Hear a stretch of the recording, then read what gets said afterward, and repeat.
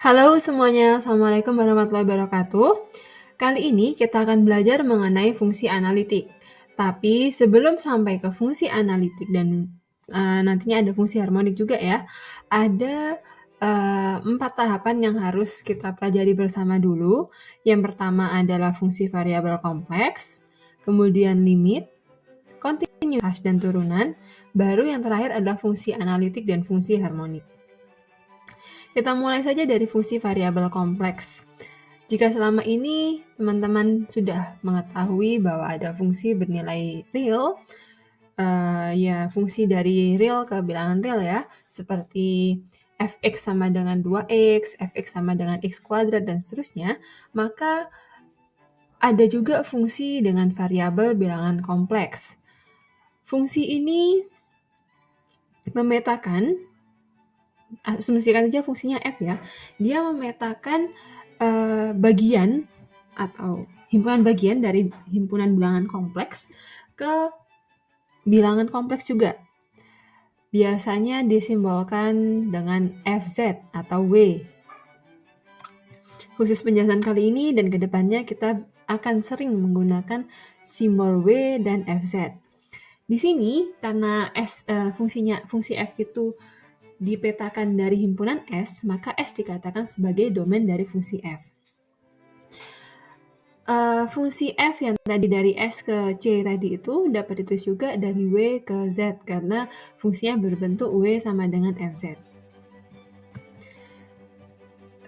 Karena sebelumnya kita tahu ya bahwa Z itu dapat ditulis dalam bentuk X plus IY atau dalam bentuk RE pangkat I theta, maka fungsi FZ dapat ditulis dalam bentuk UXY plus IVXY sama dengan F dari RE pangkat I theta. Jadi kalau fungsinya nanti, kalau Z ditulis dalam bentuk X plus IY, maka bentuk penjabarannya nanti adalah berbentuk yang tengah ini ya. Ada bagian real dan ada bagian imajinernya. Tapi kalau Z ditulis dalam bentuk polar, maka fungsinya akan berbentuk seperti yang paling kanan. Nah, karena tadi F itu memetakan dari Z ke W, maka nanti dan baik Z maupun W-nya adalah bilangan kompleks, maka dapat ditulis seperti tadi ya, Z-nya adalah X plus Y atau dari X ke Y, dan W-nya atau hasil pemetaannya berbentuk U plus IV. Gitu. Dimana masing-masing U dan antara U dan V itu adalah pemetaan atas X dan Y juga sebenarnya. Nah, kalau di bilangan real kita biasa membuat representasi geometrisnya dalam bentuk bidang 2 dimensi, yaitu ada sumbu X itu adalah domainnya, dan ada sumbu Y itu adalah kodomainnya. Maka kalau di bilangan real, bilangan kompleks, ya kita akan kesulitan menulis seperti itu karena domain dan kodomainnya itu adalah sama-sama bilangan kompleks, di mana bilangan kompleks itu kalau digambarkan akan tergambar dalam 2 dimensi. Oleh karena itu akan digambarkan dalam bentuk seperti ini fungsinya. Jadi untuk grafik yang paling bawah, domainnya itu ada di grafik yang sebelah grafik fungsi yang sebelah kiri. Dapat kita lihat bahwa sumbunya adalah sumbu X dan Y. Nah, hasil pemetaannya adalah sebelah kanan, yaitu sumbu U dan sumbu V. Langsung saja masuk di contohnya. Untuk bentuk koordinat XY, jika saya ingin menggambar grafik fungsi FZ sama dengan Z kuadrat, maka Z-nya ditulis dulu dalam bentuk X dan X plus IY, maka nanti ketemu FZ-nya, bertemu pula dengan U dan X-nya, U dan V-nya. Dari situ, seandainya U-nya saya tuliskan sebagai sebuah konstanta C1, maka V-nya dapat ditulis sebagai bentuk itu ya, minus 2Y akar Y kuadrat plus C1. Nah, bagaimana menggambarnya? Ternyata untuk fungsi U sendiri, gambarnya adalah di garis yang untuk sebelah mana ya? Untuk domainnya ya. Untuk domainnya kan X kuadrat min Y kuadrat sama dengan C1 tuh domainnya. Maka gambar itu adalah gambar hiperbola yang digambar dengan garis lengkung biasa ya, tidak putus-putus. Sementara untuk V itu 2XY kalau digambar bentuk hiperbola juga, tapi bentuknya yang putus-putus, garis putus-putus. Nah, kemudian dipetakan ke U dan V. Nah, dipetakan ke U dan V ini, itu kalau digambar, U-nya itu akan berbentuk sama seperti yang di domainnya, yaitu hiperbola, cuman arahnya akan ke arah atas, mengikuti garis yang itu ya, garis lurus ya, garis yang tidak patah-patah. Sementara V-nya itu akan mengikuti arahnya, akan ke arah garis horizontal yang putus-putus gitu. Itu kalau 2 dimensi. Sebenarnya 3 dimensinya gimana sih bentuknya? Kan tadi ada UV, ada XY gitu ya. Kalau digambar sebenarnya seperti ini. Karena tadi saya sudah menyampaikan bahwa masing-masing itu U itu adalah bagian real, itu terdiri adalah fungsi atas 2 dimensi, dan V itu bagian imajinernya ya, itu juga merupakan fungsi atas 2 variabel, maka gambarnya nggak bisa digabung. Bisa sih, tapi akan pusing melihatnya. Oleh karena itu, gambarnya dipisah bagian real dan bagian imajinernya. Untuk bagian realnya, fungsi U, karena fungsinya fungsi atas 2 variabel, maka gambarnya seperti yang ini, yang sebelah kiri. Sementara untuk V, gambarnya sebelah kanan. Nah, dapat Anda lihat bahwa baik bagian real maupun imajiner, kalau kita belah menggunakan garis horizontal, ya, garis yang tidur ya, mengikuti bidang XY, maka akan didapatkan hiperbola. Dan kalau digambar seutuhnya, kalau digambar dipotong menggunakan garis vertikal, garis yang berdiri, maka akan didapatkan garis lurus. Hal yang serupa dengan bagian imajinernya. Kalau digambar seperti ini ya, jadi bagian real tadi kalau dipotong menggunakan garis atau bidang horizontal, didapatkan ini bentuk yang bawah. Pun dengan bagian imajiner kalau dipotong secara vertikal akan didapatkan gambar yang bawah.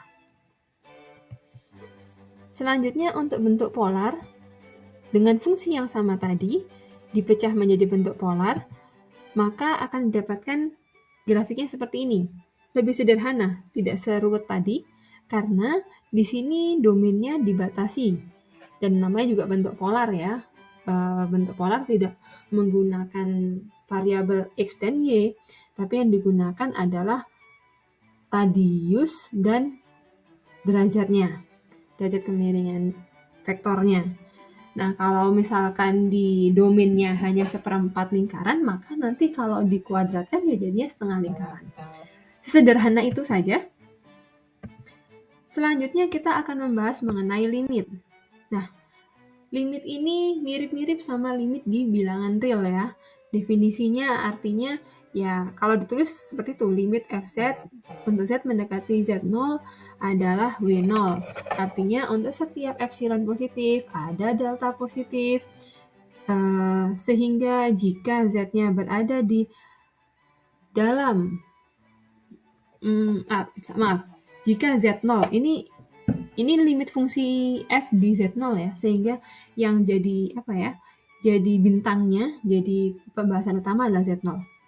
Saya lanjut, sehingga apabila z0 berada di untuk persekitaran z0 ya, ini jadi 0 nilai mutlak z min z0 kurang dari delta, itu maksudnya adalah persekitaran dari Z0. Nah, karena atau nanti istilahnya neighborhood ya, neighborhood dari Z0. Nah, karena di sini 0 kurang dari nilai mutlak tersebut, artinya adalah Z0-nya tidak termasuk di situ. Saya kembali lagi, untuk limit fungsi seperti yang tertulis di atas itu, di simbolnya itu, artinya adalah untuk setiap epsilon positif ada delta positif, sehingga jika sehingga untuk setiap titik-titik di persekitaran Z0 berlaku nilai dari Fz itu akan berada di persekitaran W0 atau di neighborhood dari W0. Nah, sebenarnya epsilon sama delta itu apa sih gitu kan? Barangkali teman-teman ada yang bingung. Sebenarnya epsilon dan delta itu adalah jarak. Makanya di sini disebutkan lebih dari 0 karena mereka berdua adalah jarak. Kalau dilihat dari gambarnya nih, sesuai definisi untuk setiap epsilon, jadi awal banget kita ambil sembarang Z0 yang disebut limit f dari limit fz untuk z mendekati z0 sama dengan w0 tadi adalah ini pertama kita punya z0, kita punya w0. Nah, kita ambil sembarang epsilon di sekitaran W0, artinya buat lingkaran di sekeliling W0. Nah, ini dengan jarak epsilon ya, pokoknya sembarang epsilon. Ya, epsilon tadi saya katakan sebagai jarak, mau Anda nulis setengah, seperempat, 0,1, 1000, 1 juta, 1 miliar, terserah Anda. Pokoknya untuk lingkaran di sekitaran W0 ini, nah, untuk setiap titik yang ada di sini, akan ada atau kita bisa menemukan ini hasil pemetaan ya, prapeta dari titik W ini di sekitaran Z0.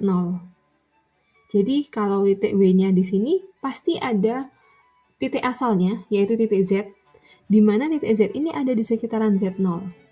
Tapi di sekitaran itu sejauh apa? Ternyata sejauh delta. Deltanya ini yang akan dicari. Delta itu adalah jarak dekatnya Z0, tapi jaraknya berapa ya, itu yang akan kita cari. Oke, langsung masuk di contohnya.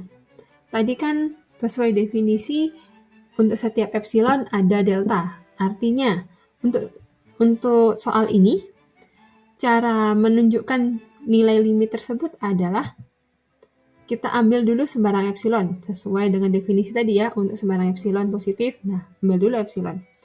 Kemudian ada delta, yaitu deltanya itu yang akan kita cari. Sehingga nanti maunya adalah jika Z-nya berada di sekitaran Z0, maka Fz-nya ada di sekitaran W0 gitu kan. Nah, untuk menemukan deltanya itu kita utek-utek dulu. Kita otak-atik dulu fungsinya. Kita punya di soalnya modulus Z kurang dari 1 ya. Nah, untuk Z yang kurang dari 1, ternyata Fz-nya modulus dari Fz itu sama dengan modulus dari Z minus 1 dibagi 2. Itu Fz-nya tinggal dimasukkan aja ya rumusnya ya. Terus saya dapat I/2 itu dari nilai limit yang di soal. Limit Fz sama dengan I/2. Masukkan itu.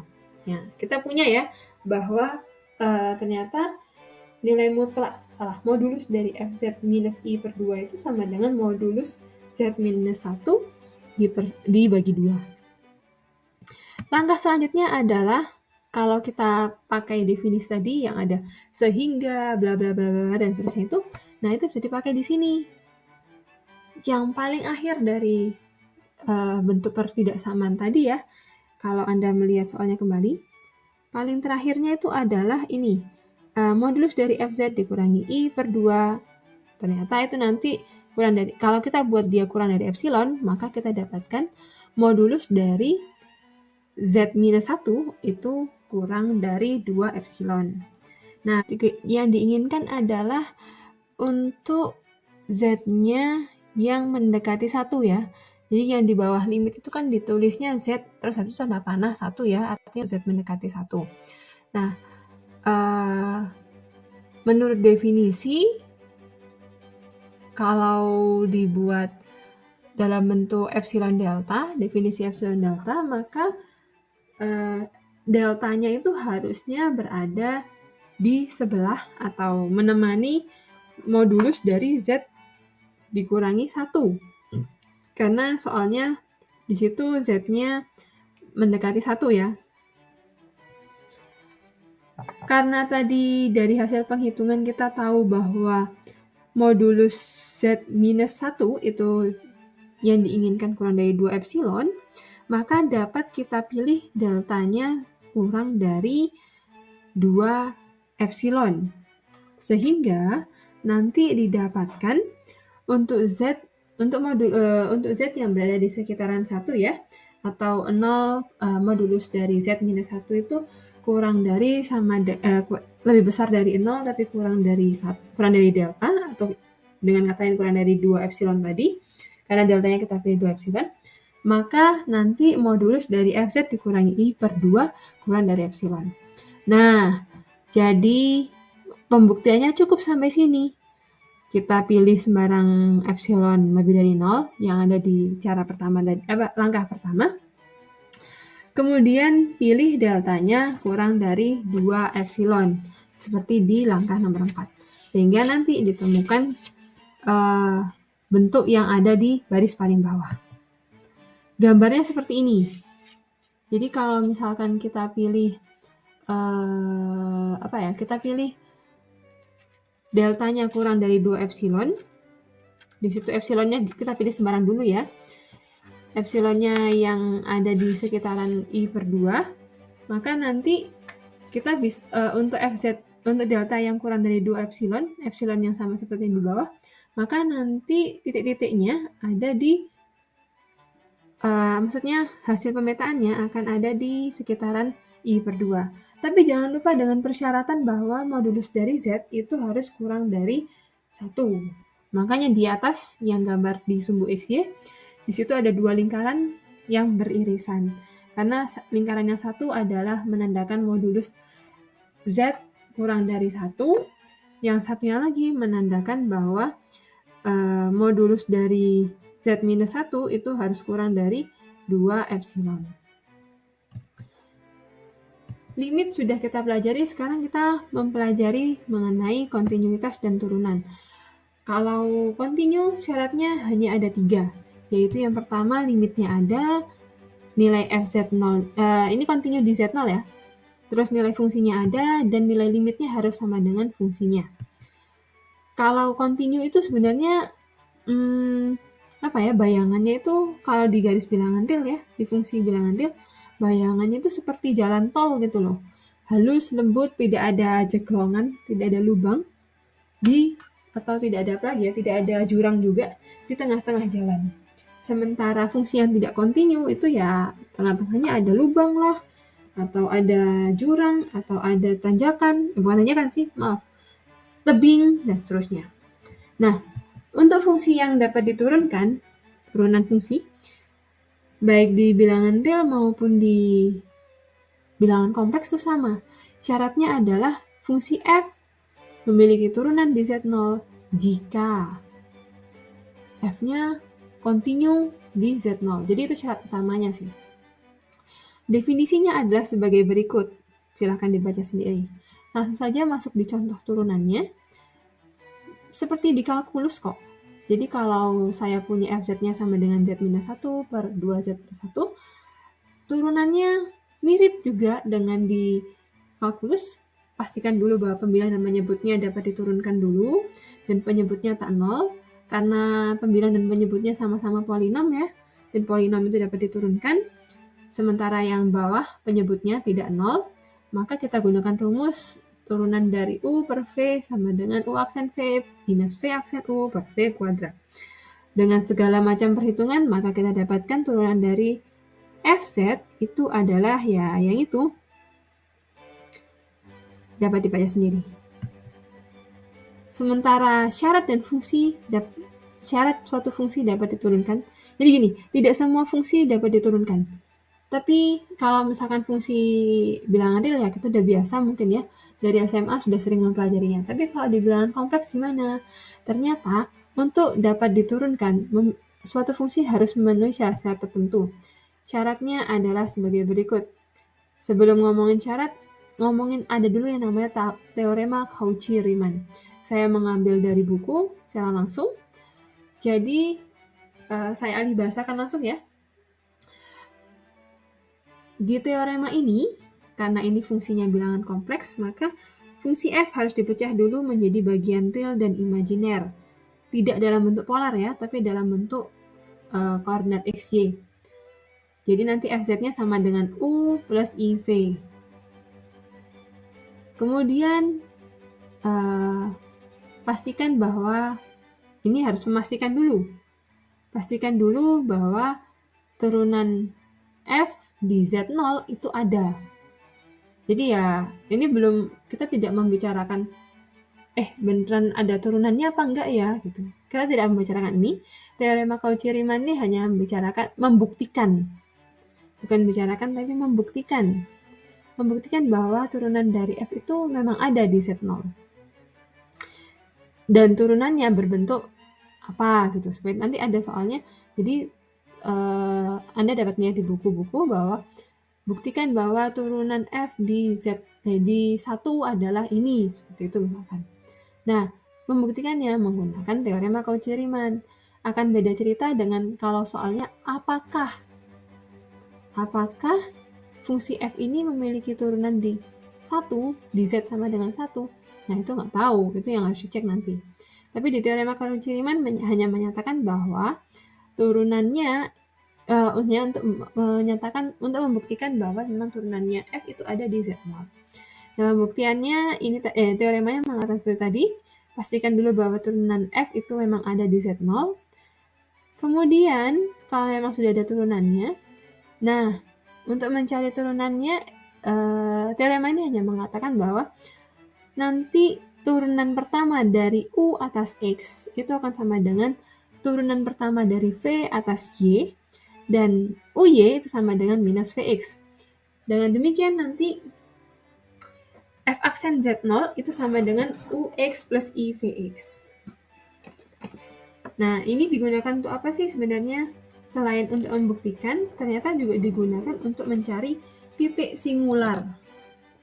Atau ya, kalau teman-teman ingat di kalkulus ada titik-titik di mana maksudnya di domain ya, domain suatu fungsi ada titik-titik di mana nilai fungsinya itu, nilai turunannya itu nggak ada gitu, nggak ada di situ gitu, nggak ada di titik-titik tertentu itu. Misalkan fungsi nilai mutlak fx sama dengan nilai mutlak x, itu kan turunannya nggak ada di 0, di x sama dengan 0. Nah, hal yang sama dengan kalau fz sama dengan modulus z, itu turunannya tidak ada di angka, di titik 0,0. Pembuktiannya ada di teorema Cauchy-Riemann ini.